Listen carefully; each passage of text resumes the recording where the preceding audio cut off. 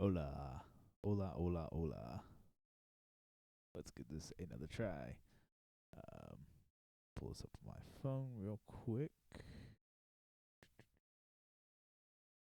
Since Facebook wanted to be silly and not allow me to, the stream just kept dropping out. So I'm going to give this a different try. Hopefully this will be a little bit better quality and hopefully be a little bit better overall experience. A little bit lower latency maybe as well. Alright, it looks like it's running up on my computer. Hopefully we can get some interactions going here soon. Let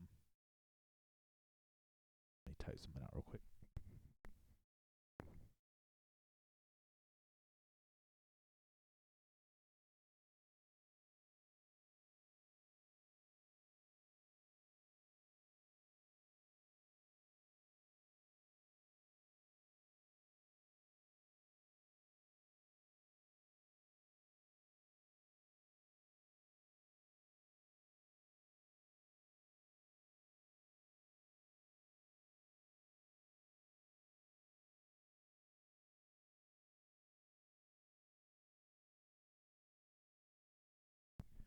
Alright, so I guess I will go back to the very beginning that I was working on with this. So I'll go ahead and play it through again once more, starting from the top. It's a beat sent to me by Click Two Times, here from North Carolina. He sent this to me and to try and just point some things out for mixing wise, and I guess he'll be watching here as well. So we'll run through the beat once and just let it roll, and then I'll start in on the editing process.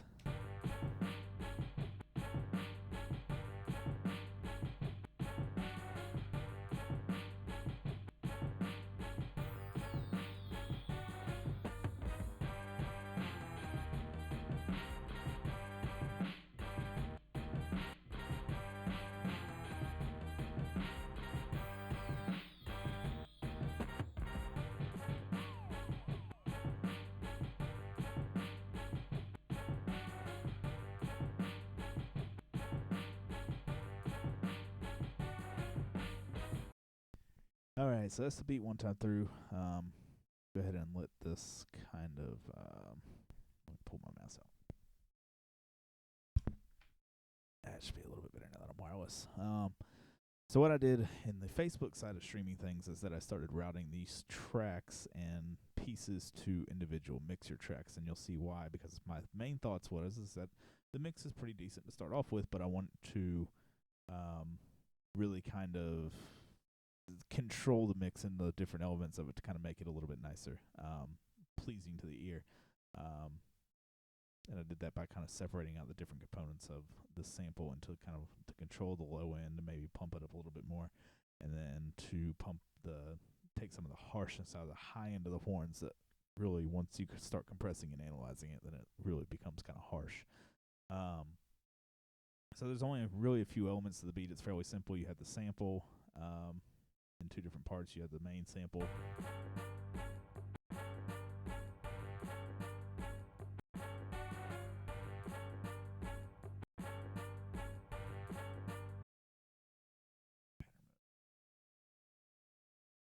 A little bit different.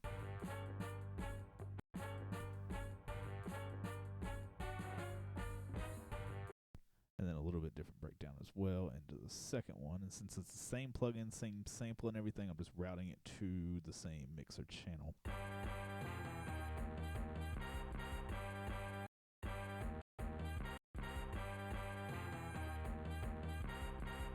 So that's kind of like the hook breakdown. I don't think we're actually using that automation clip whatsoever, because I didn't even see where Gross P was located at. So then the next part, just the audio clip, is the main drums. And typically anytime I'm working with a kind of big loop like that as far as drums, something that's kind of very in your face, I want to bring it even more into your face, so I kind of press the hell out of it and really kind of make it its own.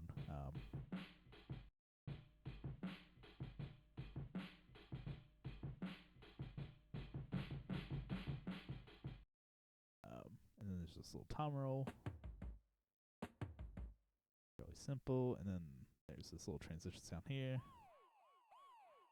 This little scream, and then kind of a high end hit there.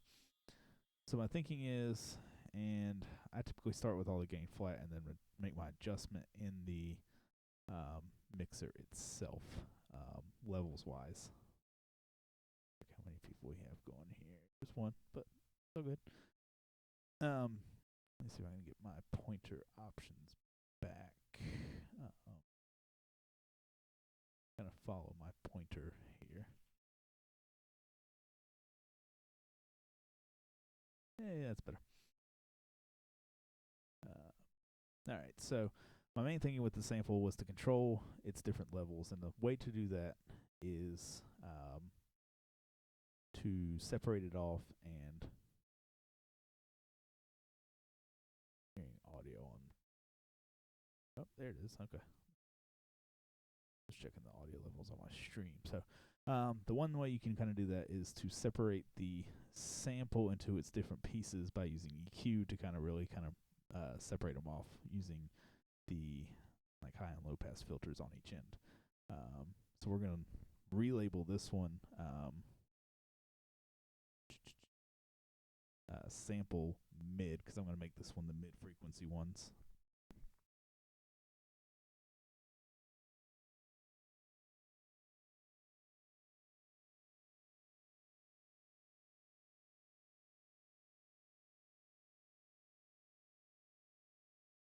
All right, so you can see I took made it a sample high and a sample low. So we're going to separate this off into two different pieces and duplicate it, or in FL Studio terms, clone it. Clone the pattern for each. So we will go ahead and clone this once, clone it twice, and then label each of these as well so we can kind of stay straight.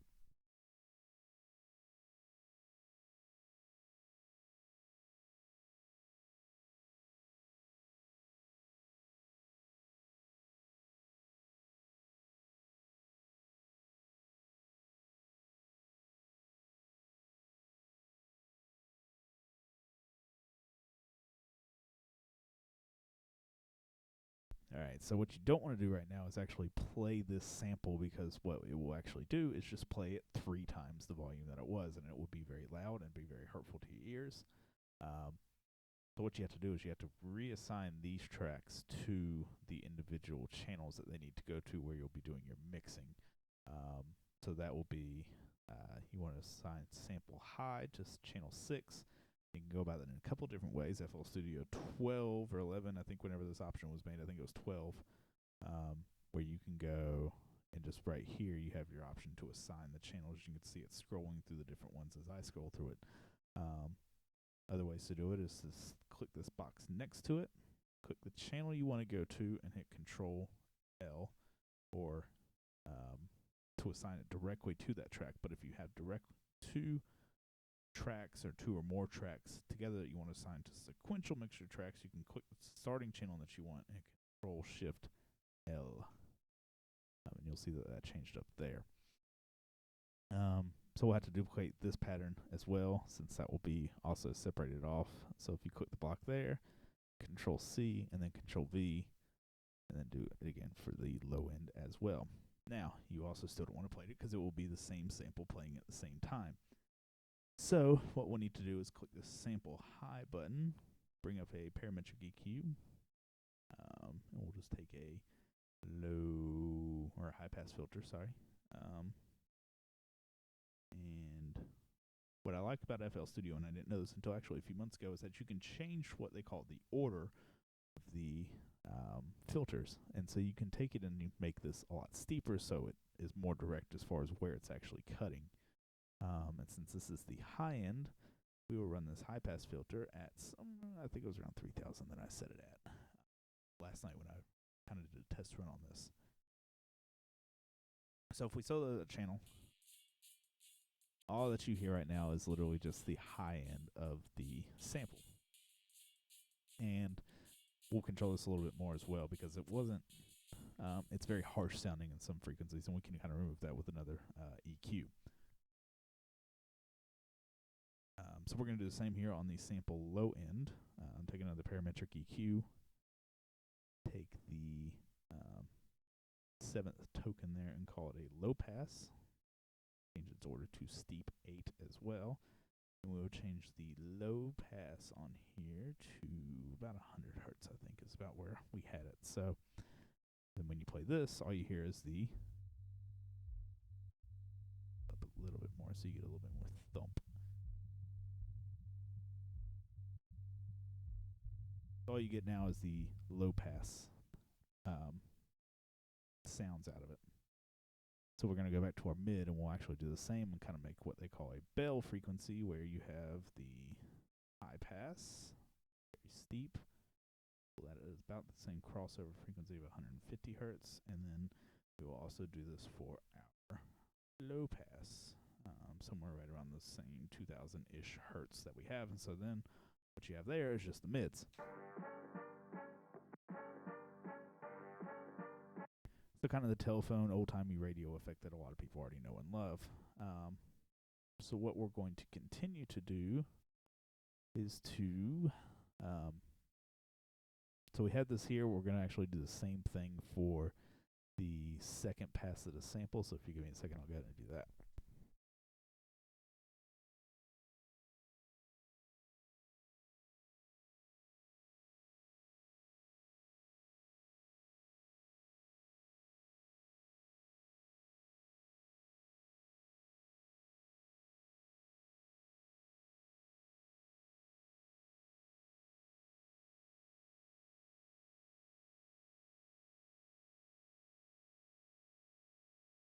All right, so what that will allow you to do now is control the different areas as far as what type of sound you can build off of. And so I've also done this a lot with, if somebody sends me a 2-track beat, name is slow. Hope it's holding in there. If not, we're going to have to look at a different solution here soon. But so my CPU, it's not running that hard. Maybe it is, but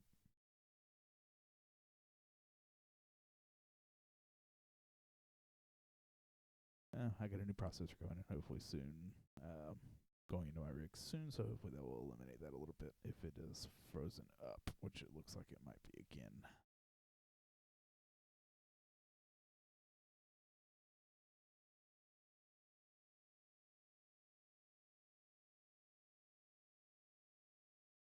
More so the video side of things. So let me see if I can have the option to drop down the resolution of this dynamically. I do not.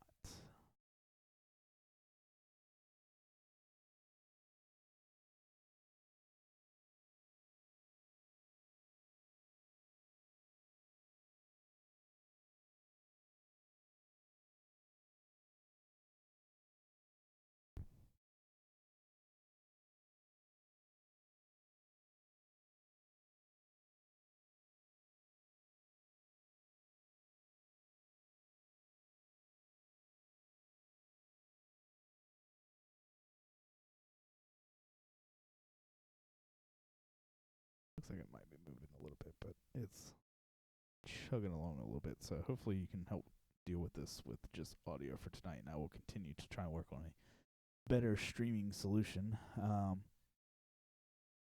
what we're going to do right here is, now that the samples are in different pieces, they are mixed that we can take this and mix it a little bit. The only non-standard plugin I'm going to use right now is the iZotope Ozone mastering plugin. This is kind of this is my favorite kind of mastering type plugin. And so what I do is I start off with the hip hop master, brighter and bassier preset. I know most people hate presets, especially in our world, but they work for me as a starting point. And for this one, I will go actually back and tweak it a little bit because I like to add a few more little things, because I'll also mess around with the different exciters that are in there. So this will also make things quite loud. So I would usually pull down my faders in all channels, and then I will remix the the levels come back up.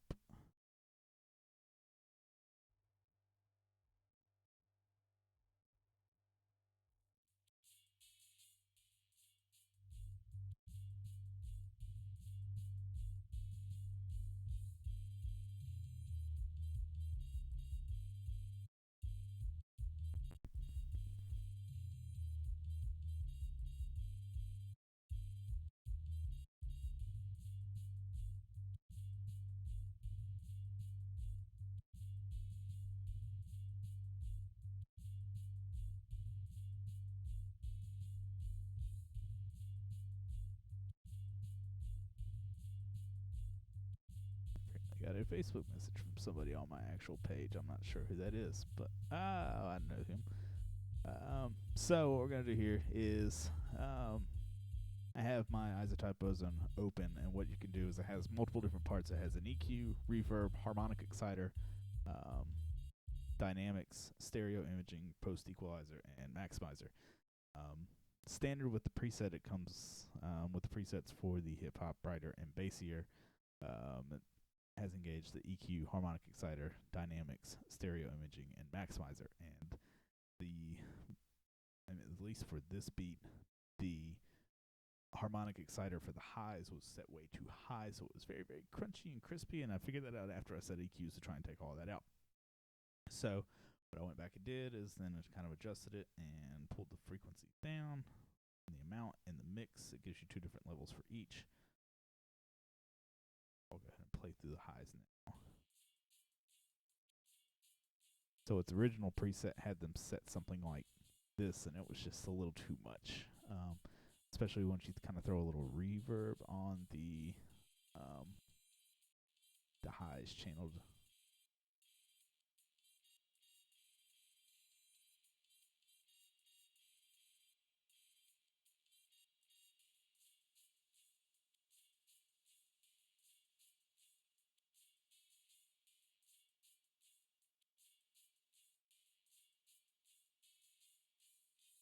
So this is just the standard fruity reverb.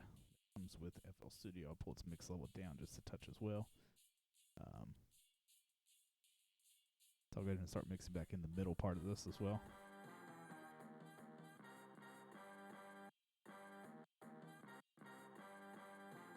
And what I wanted to do with this is for the mids as well is to start compressing them a tad bit. Even just fruity compressor will work. It gives you 6 different knobs to turn. I usually will set its threshold. I think for this one I set it at -20. Its ratio at about 6:1.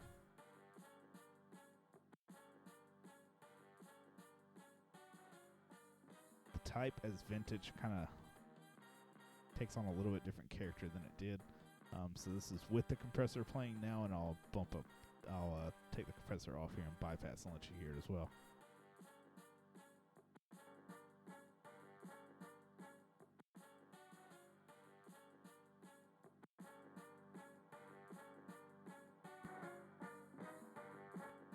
Compressor on, bypassed. You can hear that it kind of helps keep the sample a little bit more level. Looks like my audio or my video stream has frozen up again, unfortunately. So I'll have to continue to work on a solution for this as well.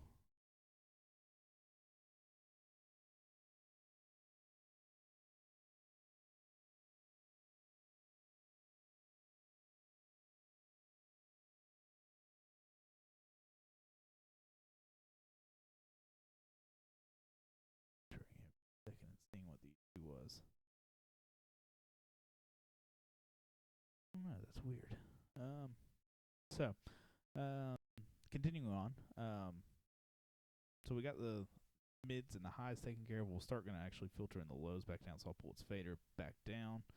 I'm going to pull its stereo separation all the way 100% merged, and pull the highs about 50% separated. It gives it just a little bit stereo separation and stereo imaging to kind of help push it, since it's a very narrow focused beat. So I'll play through now as I start bringing in the lows a little bit.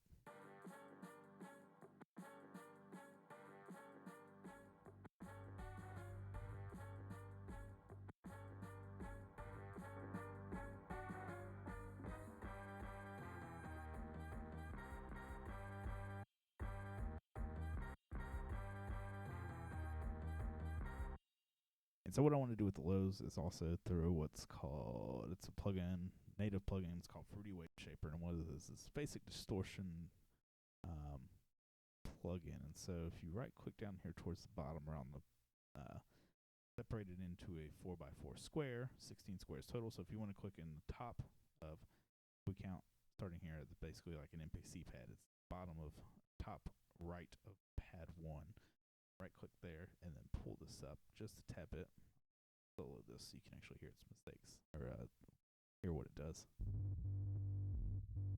So that is with FL's Fruity Wave Shaper engaged. This will be without it.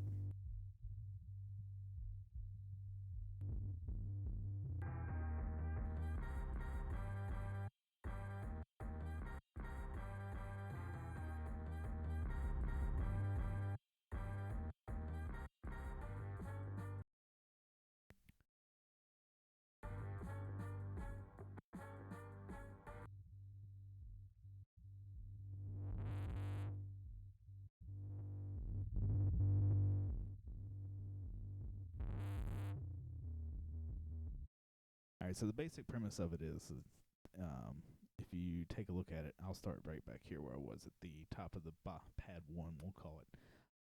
So the further you drag it here to the right,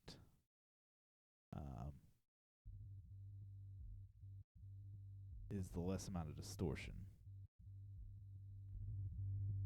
The further you drag it upward, you can get more gain out of the wave. The further you drag it, I won't do it because it's going to get quite loud, but the further you drag it left and up will add more distortion and more levels. So when combining those things, if you push it all the way up here to the top left corner of what we would call, I guess, pad 12 if it's an MPC, will be quite loud and quite distorted. So the bottom of this page is kind of a good starting point as far as being able to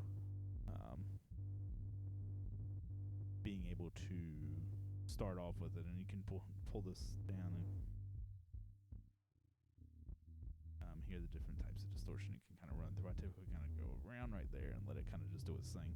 And so what this does is it gives a little bit more definition to the bass.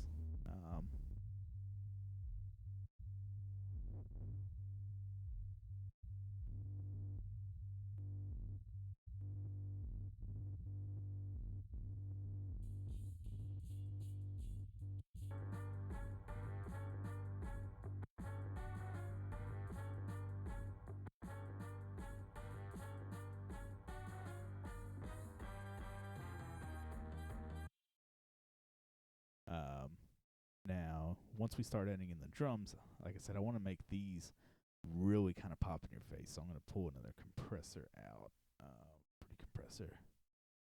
And what this will do, will pull these drums right up into your face. So if you set a higher ratio, let's say 10:1, which is where you start getting into limiting and not really just compressing. I also like the vintage here just for sounds a little bit better. It might add a little bit more noise. I want to set its threshold lower so it takes is quicker to engage and really kind of pumps. And so I'll kind of what I'll do here is I'll start it, I'll set the level of the fader, and then I'll also start adding some of the makeup gain on this as well, and that will kind of really get it to pump.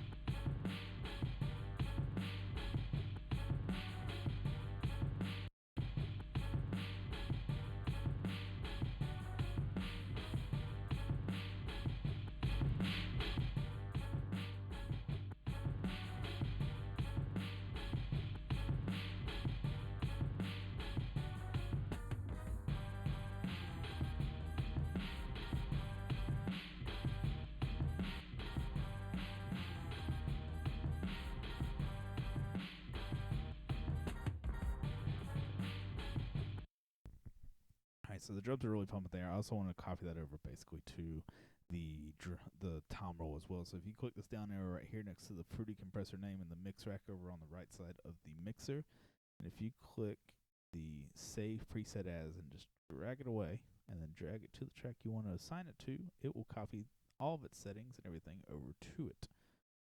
Just on this one, but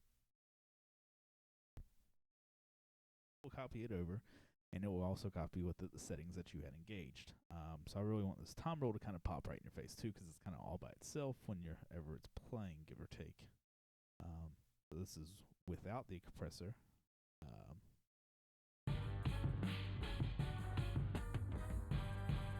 And this will be with the compressor. I might have to tweak that just a tad bit, but let's see what it sounds like.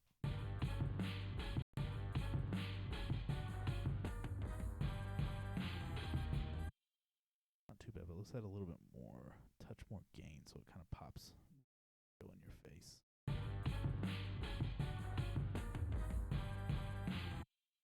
Pull the threshold up a touch as well. That'll really.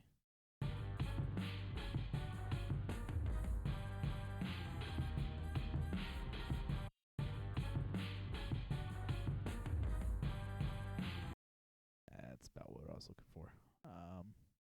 So the other sounds that are here are just kind of transition sounds.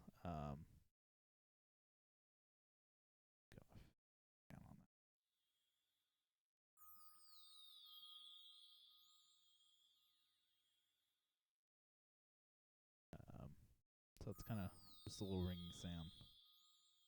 I'm going to add a really long tail reverb to this so it kind of really follows through into the verse.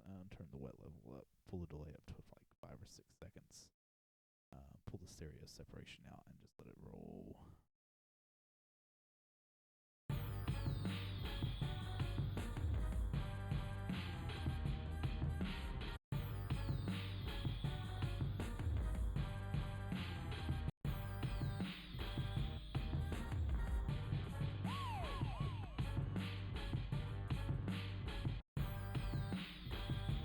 So that was really the last piece of the puzzle, is this kind of scream here, and I might add a little bit of delay to this as well in time, with an 8-step delay.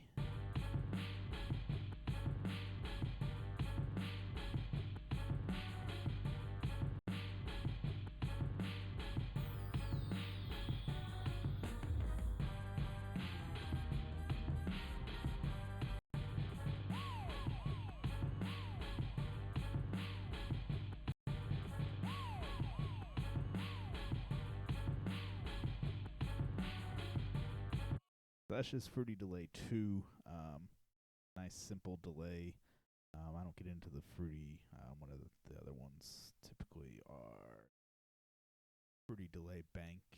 I don't typically get into that one. I don't typically need anything that deeply as delays go. So this one is just nice and simple. Your pan, I typically leave center. I'll pull the input volume down so it doesn't hit it as hard. Basically, you can get the same effect as your mix volume, but the mix volume is after the fact, so it's only mixing in the dry output of the or the output of the delay. Input volume are basically affecting how much signal is sent to it. For this one, I'm setting it to ping pong. It allows the stereo image to kind of sweep through just a little bit as well. Not changing the feedback volume or cutoff frequency for this time around. And then the time I have set to 8.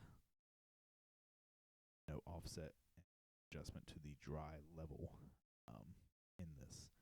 And that will kind of, the 8 kind of allows it to breathe just a little bit, where it's not like a quick delay where it's da da da da da da da da.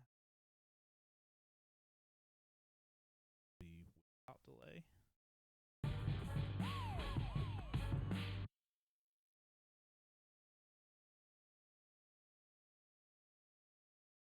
This will be with delay.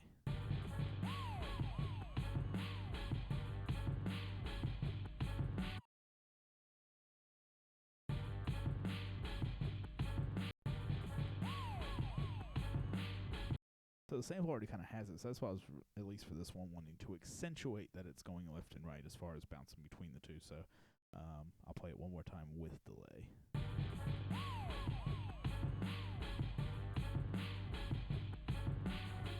And you can really hear it tail off, and I mean it's still going about 4 bars after the actual sound has stopped. And, but it's all good. So I think that was basically it. If you want to check your levels or anything, there's a good plugin from Slate. It's called FGX, and I don't want to load it up because I'm already using a lot of CPUs, but it's called Slate Digital FGX. That will give you your final kind of levels as far as making sure that you're not going to clip, but it also will give you your raw RMS values of your track, which is quite lovely to make sure that your RMS values are not too high. And what that means is that if your RMS values are really pushing anything over like 8 or 9, -8 or like -6, it's going to be really loud. Typically, I try and shoot for around like -9, -10, but at some tracks, especially in more of like the beat battle format, do kind of call to be up a little bit higher, so they're more in bass. But for anything kind of pre-recorded, as far as if you were mixing your beats with a vocalist or a hip hop artist or anything along those lines, that would need to be in there as well. You don't want your beats screaming hot and your vocalist not. So just watching those levels kind of helps. So Wave Candy is a visualizer that's kind of already in FL Studio, and what it will do is it has a couple different options. You have your vector scope.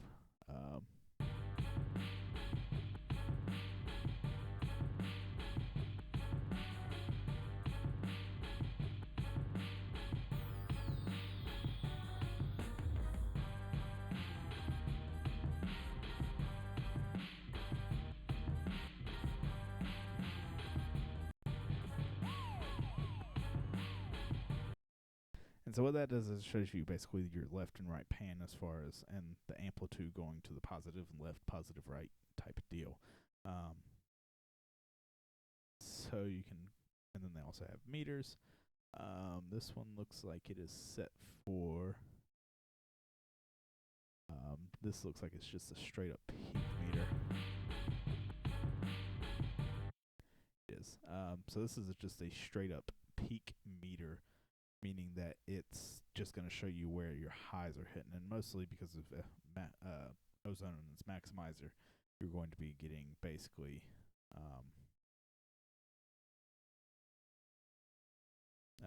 right up towards -0. Anything above that is clipping, digital or analog.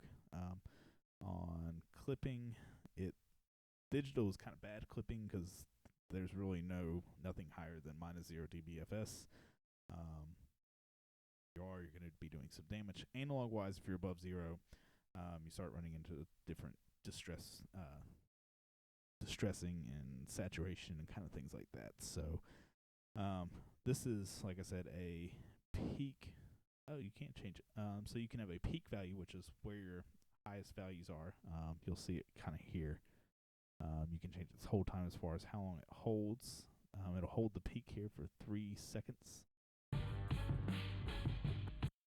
Shown by the lines there, which are sitting right at -0.44. You can also change this to your RMS value. And like I said, RMS is a kind of logarithmic equation that determines the average volume of your track, and it's called root mean square. It's all technical, but if you play it, and it'll tell you how loud you're sitting.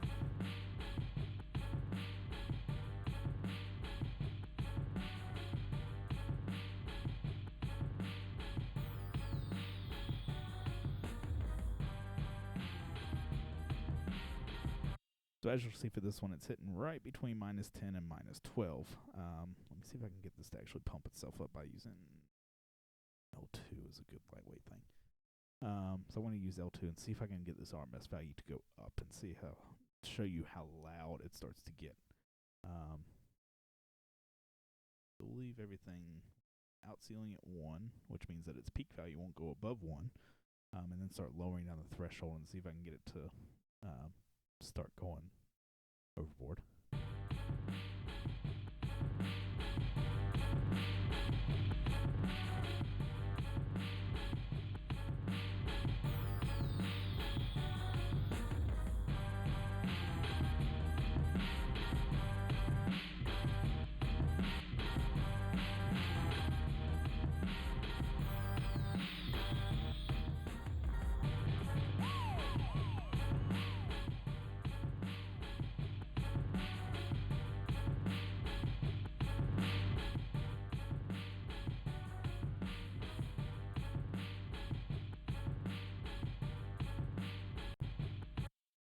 Alright, so I couldn't get it to move, unfortunately. I got it to move some, but it was only peaking up to like -7.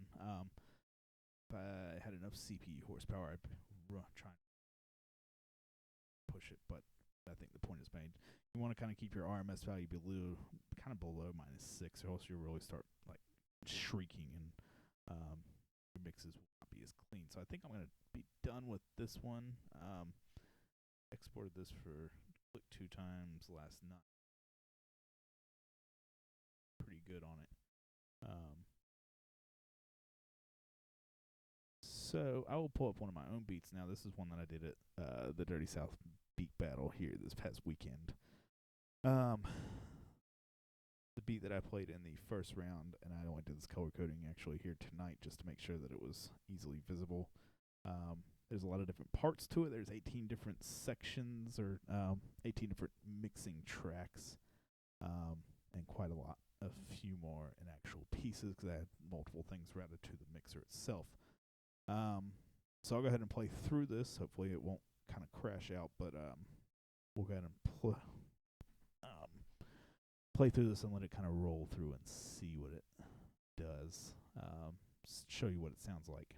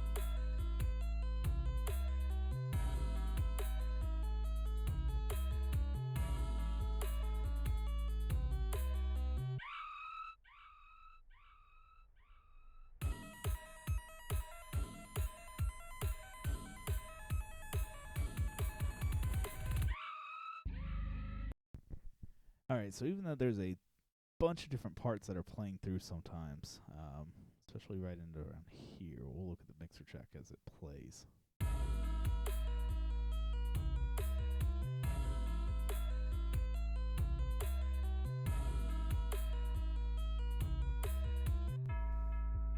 So typically what a lot of mix engineers will tell you as far as how your mixes will sound better is to reduce the number of elements in it.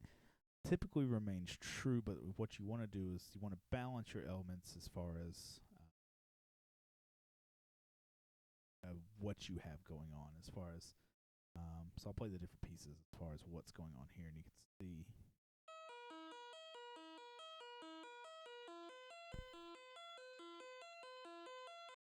that kind of operates in the high mid-range. I can actually put a scope up here. Let's see. Fruity, we'll go with Wave Candy. And we will go with the Spectrum.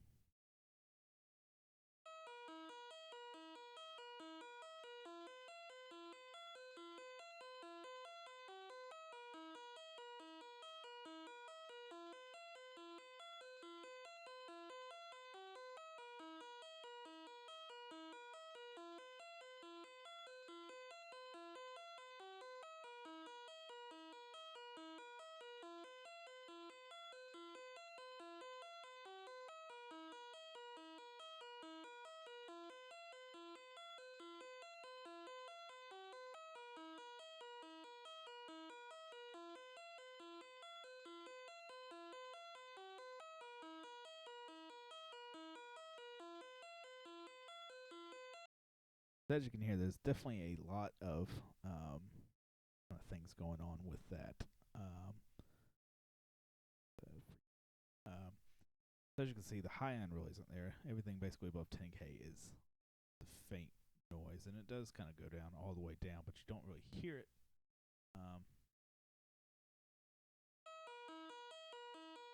Actually don't have any effects playing on that.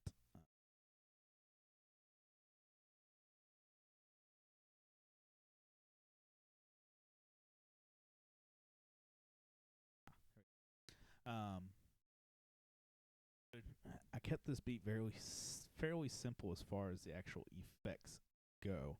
I left it all up to really sound selection, and that was going to be my next point as far as you can have a lot of different elements, but if they're all kind of clashing, then you don't really get the sound separation. So I'll bring in the elements as they're playing as far as so you can kind of hear how it fills out the whole kind of EQ spectrum from 20 hertz to 20 kilohertz.